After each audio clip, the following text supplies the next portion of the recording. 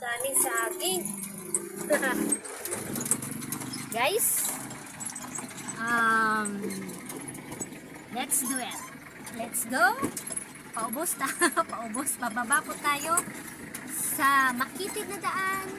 Medyo mahirap. Bagong McDo. Dito nakalagay ang bagong McDo. So, nakasakay lang po tayo ng truck, kaya medyo mahirap at palubak-lubak ng konti at siyempre medyo napakahirap po talaga yung daan. So, pababa po tayo dyan hanggang doon sa dulo, guys. Tapos, paakyat po tayo dyan sa hulog. Joke. Sure po. Totoo po yan, oh.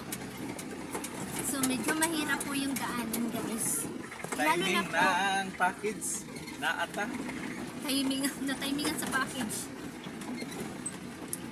So, pag umulan po dito, siyempre, grabe.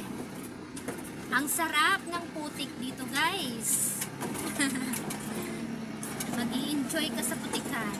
Pero pag ganito, walang ulan, siyempre, dry ang daanan, no? Pero makita mo yung dinaanan ng tubig dyan. Oh, may kanal-kanal yan. Kaya po, medyo mahirap po ang pag may sasakyan ka, bababa, hindi na rin pagpataas. Lalo na pag nakulan. Hindi mo talaga ibababa yung sasakyan mo dito, guys. Kasi napakahirap. Madulas na madulas.